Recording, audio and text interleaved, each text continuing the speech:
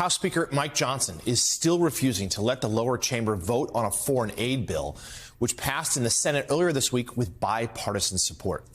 In his weekly press conference yesterday, Johnson claimed that the House, quote, wasn't going to be forced into action by the Senate. But he blamed the Senate for the House's own inaction on a border security bill.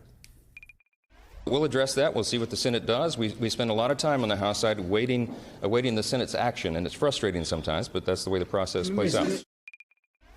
We are not going to be forced into action by the Senate, who, in the latest product they sent us over, does not have one word in the bill about America's border, not one word about security. We have to address this seriously. We have to actually solve the problems and not just take political posturing as has happened in some of these other corners.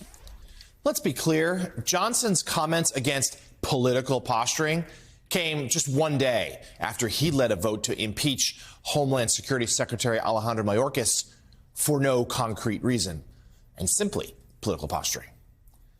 Joining us now, Semaphor's Deputy Washington Bureau Chief, Morgan Chalfant. Morgan, good to see you again. So let's start with those House Republicans. They are against this foreign aid package because it doesn't include in there a fix for the border. But let's also recall that it was just a few days ago when the Senate had a border compromise bill seemingly ready. Johnson declared it dead on arrival if it even reached the lower chamber. What exactly are the House Republicans trying to do? Right. So clearly, Johnson's comments about the package being dead on arrival were part of the reason why the Senate border security deal was derailed. Now, I think it's unclear the path forward for this foreign aid bill. Johnson obviously has said a number of things. He said he doesn't want to take up the Senate package as is. He wants border security after helping kill that previous package. He also has suggested that he would deal with the different items separately. But I do think that we're going to see more from some moderate House Republicans in the coming days about some kind of alternative solution that includes border security.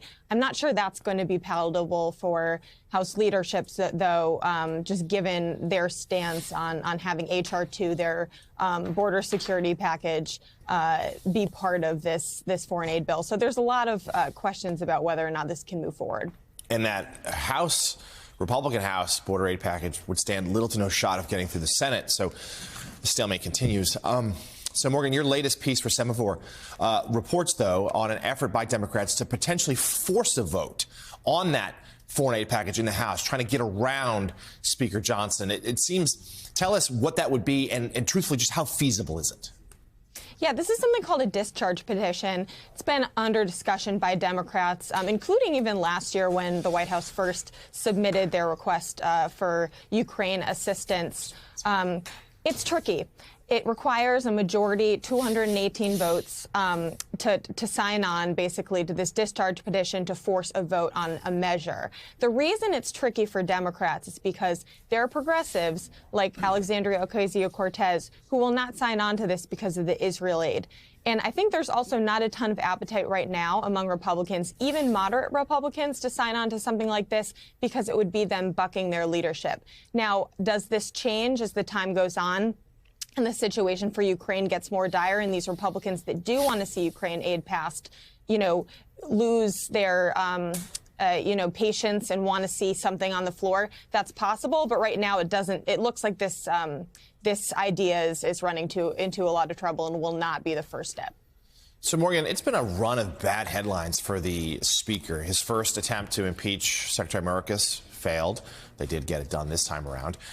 We've seen the complaints about the bill, the border security, the foreign aid. His majority just shrunk with Tom Suozzi winning the special election in New York earlier this week.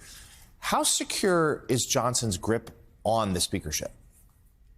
So I think that we're seeing, an inexperienced speaker deal with a very narrow, very difficult majority. This would be hard for even an experienced speaker, but Johnson obviously is coming out of, he's coming out of the rank and file. He's not coming out of a leadership position. This was, he was not expected. I also don't think there's a ton of appetite for the motion to vacate right now. I've talked to Republicans that have threatened it previously that say it's not on the table, even if he tries to put the Ukraine aid on the floor. Possibly that changes, but right now it doesn't seem like his role is under threat because I don't know who they'd replace him with. And there are more challenges ahead, let's be clear. There's also government shutdown deadlines looming. So there's a lot on this speaker's plate. Semaphor's Morgan Chalfant, thank you for joining us this morning. We really appreciate it.